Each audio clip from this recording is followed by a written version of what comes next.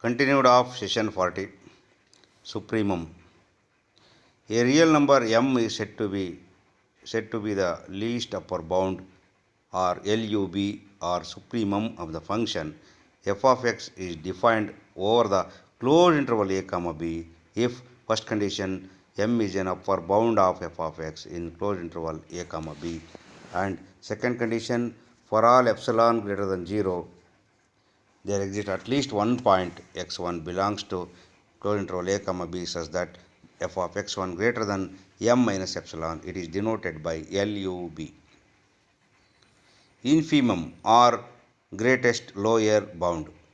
Definition: a real number small m is said to be the greatest lower bound or infimum of the function f of x defined over the interval a comma b if first condition m is a lower bound of f of x in closed interval a comma b, and second condition for all epsilon greater than 0 there exists at least one point x1 belongs to a comma b such that f of x1 less than m plus epsilon. It is denoted by GLB.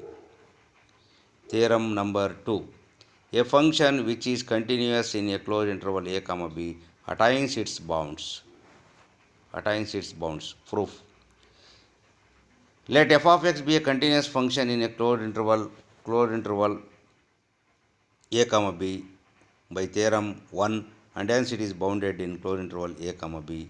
Let m and small m be its LUB and GLB. We show that there exist 2 points x1 and x2 belongs to a comma b such that f of x1 is equal to m and f of x2 is equal to small m.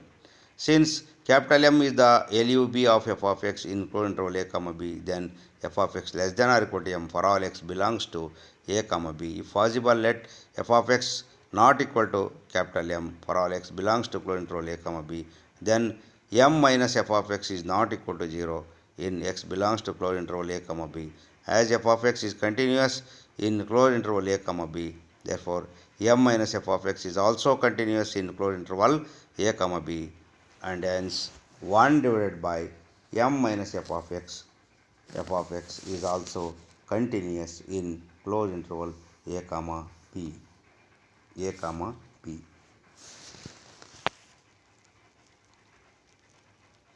Because m minus f of x is not equal to 0, thus mod 1 divided by m minus f of x is bounded in closed interval a comma b. Let L be the upper bound in closed interval a comma b. Therefore 1 divided by m minus f of x less than or equal to L for all x belongs to a comma b. That is, m minus f of x greater than or equal to 1 by L for all x belongs to closed interval a comma b, or f of x less than or equal to m minus 1 by L for all x belongs to closed interval a comma b. M minus 1 by L is an upper bound of f of x. This contradicts the fact that m is the least upper bound of f of x in closed interval a comma b. Our assumption is wrong. Hence, there exists at least one point x1 belongs to a comma b such that f of x1 is equal to m.